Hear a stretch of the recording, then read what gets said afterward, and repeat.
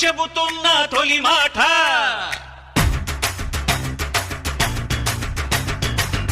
చరిచి చెబుతున్న భలే మాట